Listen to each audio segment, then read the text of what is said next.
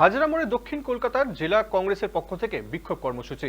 মূলত কংগ্রেস সাংসদ প্রিয়াঙ্কা গান্ধী সম্পর্কে কুরুচিকর ও বিতর্কিত মন্তব্য করা বিজেপি নেতা রমেশ বাদুড়ির বিরুদ্ধে এই বিক্ষোভের পাশাপাশি বিজেপি নেতা কুশপুত্তলিকাও দাহ করা হয় এদিন। প্রসঙ্গত, কালকাজি কেন্দ্রে রমেশ বাদুড়ি প্রার্থী হয়েছেন বিজেপির। সেখানে প্রচারে গিয়ে বেনারের কংগ্রেস সাংসদ প্রিয়াঙ্কা গান্ধীর উদ্দেশ্যে কুরুচিকর মন্তব্য করেন তিনি বলেন, বিধানসভা নির্বাচনে জিতলে প্রিয়াঙ্কার গালের মতো চকচকে রাস্তা বানিয়ে দেব।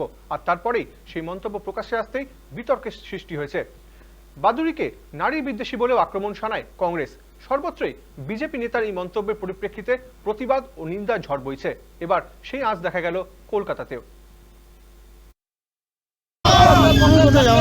প্রিয়াঙ্কা গান্ধীর বিরুদ্ধে দিল্লির মুখ্যমন্ত্রী অতসীর বিরুদ্ধে কুরুচিকর মন্তব্য করা, আমাদের কংগ্রেস নেত্রী কংগ্রেস সাংসদ প্রিয়াঙ্কা গান্ধীকে যেভাবে কুরুচিকর মন্তব্য করে তাকে করেছেন, তার বিরুদ্ধে আমরা তীব্র ধিক্কার প্রতিবাদ জানাই।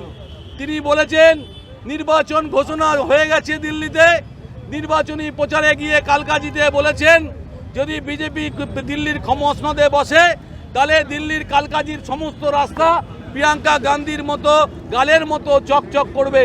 এটা আমরা মনে করি এটা শুধু প্রিয়াঙ্কা গান্ধীকে ব্যক্তিগত আক্রমণ নয়, প্রিয়াঙ্কা গান্ধী সম্পর্কে কুরুচিকর মন্তব্য করেছে এবং এই মন্তব্যের পরিপ্রেক্ষিতে আমরা তীব্র প্রতিবাদ জানাচ্ছি নির্বাচন কমিশনের কাছে।